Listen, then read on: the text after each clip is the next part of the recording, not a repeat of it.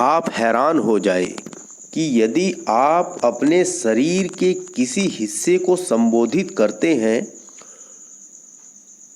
तो यह आपकी बात सुनता है, आपकी बात मानता है, क्योंकि यह आपका शरीर है। ऐसी परिस्थिति में जब आप सक्रिय ध्यान विधियों का प्रयोग नहीं कर सकते तो आपके लिए दो साधारण लेकिन प्रभावशाली निष्क्रिय विधियां उपलब्ध हैं। पहली विधि है श्वास को देखना। श्वास को देखना एक ऐसी विधि है जिसका प्रयोग कहीं भी किसी भी समय किया जा सकता है, तब भी जब आपके पास केवल कुछ मिनट का समय हो। आती जाती श्वास को सिर्फ देखना है। आपको केवल छाती या पेट के उतार चढ़ाव के प्रति सजग रहना है। श्वास आने और जाने के लिए आपको कुछ विशेष प्रबंध करने की जरूरत नहीं है, न कुछ अलग से प्रयास करने की जरूरत है। यह तो एक सहज क्रिया है जो अपने आप घटित हो रही है। बस आपको सिर्फ इसका साक्षी बनना है। इसके पहले चरण में भीतर जाती श्वास को देखना है। अपनी आंखें बंद करें, अपने श्वास पर ध्यान दें। पहले श्वास के भीतर आने पर जहां से यह आपके नासापुटों में प्रवेश करती है, फिर आपके फेफड़े तक जाती है और फेफड़े से होते आप और गहराई लाएंगे तो यह आपके नाभि तक जाती है। दूसरे चरण में श्वास के भीतर आने के साथ बाहर जाने के बीच एक अंतराल होता है। यह अत्यंत मूल्यवान है। यह बहुत सूक्ष्म है, लेकिन इस अंतराल को देखें। यह आपके लिए एक जीवन में भाग्य उदय हो सकता है। और तीसरे चरण में बाहर जाती श्वास पर ध्यान लगाना है। और इसके चौथे चरण में इससे आगे आने वाले अंतराल पर ध्यान। प्रश्वास के अंत में दूसरा अंतराल आता है, उस अंतराल को देखें। इन चारों चरणों में से 3 बार दोहराएं, श्वसन क्रिया के चक्र को देखते हुए। इसे किसी तरीके से बदलने का प्रयास नहीं करना है, बस केवल नैसर्गिक लय के साथ देखते जाना है, साक्षी भाव के साथ देखते जाना है। 5वें चरण में आपको श्वासों की गिनती भी करनी है, लेकिन अब गिनना प्रारंभ कैसे करना है कि भीतर जाती श्वास को गिने। 1, भीतर जाती श्वास, और जैसे ही भीतर गई इसको आप गिने 2, और ऐसे ही गिनते जाएं 10 तक। फिर 10 से 1 तक गिने। कई बार आप श्वास को देखना भूल सकते हैं या 10 से अधिक भी गिन सकते हैं। फिर 1 से गिनना शुरू करें। इन 2 बातों का ध्यान रखना होगा।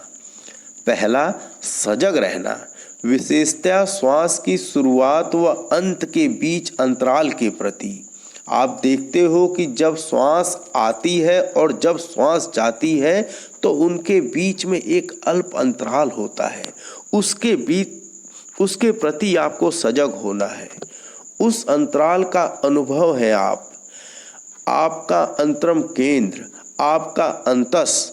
और दूसरी बात, गिनते जाएं, परंतु 10 से अधिक नहीं। फिर 1 पर लौट आए और केवल भीतर जाती श्वास को गिने। इनसे सजगता बढ़ने में सहायता मिलती है। आपको सजग रहना होगा, नहीं तो आप बाहर जाती श्वास को भी गिनने लगेंगे या फिर 10 से ऊपर भी निकल जाएंगे। यदि आपको यह ध्यान विधि पसंद आती है तो इसे जारी रखें, यह बहुमूल्य है। दूसरे चरण में एक विश्रांति का चरण आता है और विश्रांति के 4 तल होते हैं। यह विशेष ध्यान विधि उन घड़ियों के लिए उपयोगी है जब आप बीमार होते हैं, क्योंकि यह आपके तथा आपके देह मन के बीच एक प्रेम पूर्ण सूत्र स्थापित करने और सौहार्द पैदा करने में सहायता होती है। तब अपनी उपचार प्रक्रिया में आपका योगदान सक्रिय होने लगता है। पहले चरण है देह। जितनी बार हो सके स्मरण रखें और देखें कि कहीं आप अपनी देह के भीतर कोई तनाव तो नहीं ले रहे हैं। गर्दन, सर, टांग, हाथ, पैर, इसे होश पूर्वक शिथिल करते जाएं। शरीर के उसी अंग पर जाएं और उस अंग को प्यार से सहलाएं। प्रेम पूर्वक कहें, शांत हो जाओ, शांत हो जाओ। आप हैरान हो जाएंगे यदि आप अपने शरीर के किसी हिस्से को संबोधित करते हो तो यह सुनता है, यह आपकी बात मानता है, क्योंकि यह शरीर आपका है। आंखें बंद करके पैर के अंगूठे से लेकर सिर तक शरीर के भीतर जाएं। उन स्थान को ढूंढते ढूंढते जाएं जहां पर तनाव हो और फिर उस अंग को इस प्रकार कहें, उससे बात करें कि जैसे वह आपका मित्र हो। अपने तथा अपने पूरे शरीर के बीच संवाद होने दें। इसे शिथिल होने को कहें, शांत होने को कहें और इसे बताएं कहीं कोई डर जैसी बात नहीं है। घबराओ मत, मैं हूँ यहाँ तुम्हारी देखभाल करने के लिए। तुम विश्रांत हो सकते हो। धीरे धीरे आपको इसका गुण आ जाएगा और तब शरीर विश्रांत होता है। दूसरे चरण है मन। फिर दूसरा चरण थोड़ा और गहरा है। मन को शांत होने दें और अगर शरीर सुन सकता है तो मन भी सुन सकता है, परंतु आप मन से शुरुआत नहीं कर सकते। आपको शुरुआत शुरू से करना होगा। आप मध्य से नहीं गुजर सकते। अधिकतर लोग मध्य से शुरू करते हैं और असफल रहते हैं। वे इसलिए असफल रहते हैं क्योंकि वे गलत जगह से शुरुआत करते हैं। हर चीज को सही दिशा में करना चाहिए।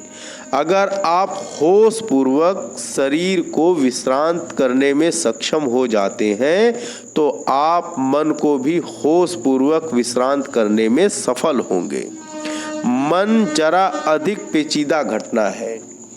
एक बार आपको आत्मविश्वास हो जाए कि शरीर आपकी सुनता है तो फिर आपको अपने ऊपर नया भरोसा आएगा। अब तो मन भी आपकी सुनने लगेगा। इसमें समय लग सकता है, परंतु यह घटता ऐसे ही है। तीसरा चरण है हृदय का। जब मन शांत होने लगे तो हृदय को शांत करना शुरू करें। हृदय जो तुम्हारी संवेदनाओं, तुम्हारी भावनाओं का जगत है और जो भी है जटिल है और अधिक सूक्ष्म है। अब आप श्रद्धापूर्वक आगे बढ़ते हैं, अपने प्रति अति श्रद्धापूर्ण। अभी तक तो तुम दूसरे के प्रति श्रद्धा भाव रखते हो, प्रथम बार तुम अपने प्रति श्रद्धा भाव रखोगे। अब तुम जान जाओगे कि यह संभव है। यदि यह शरीर के साथ संभव है तो मन के साथ भी संभव है, तो हृदय के साथ भी संभव है। और चौथा चरण है केंद्र का। तब इन 3 चरणों से गुजरकर आप चौथे चरण में प्रवेश कर सकते हैं। याद रखना है, आपको चरणबद्ध चरण ही चलना है।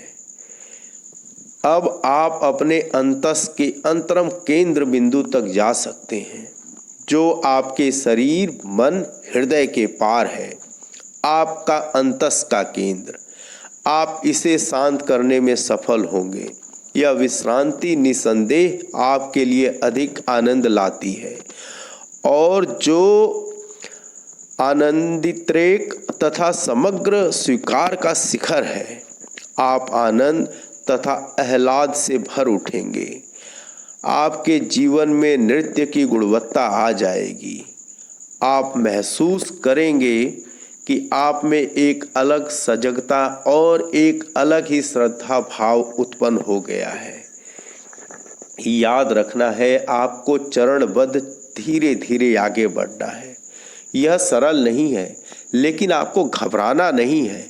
घबरा कर इसे छोड़ नहीं देना है, इसके साथ ही हो जाना है आपको।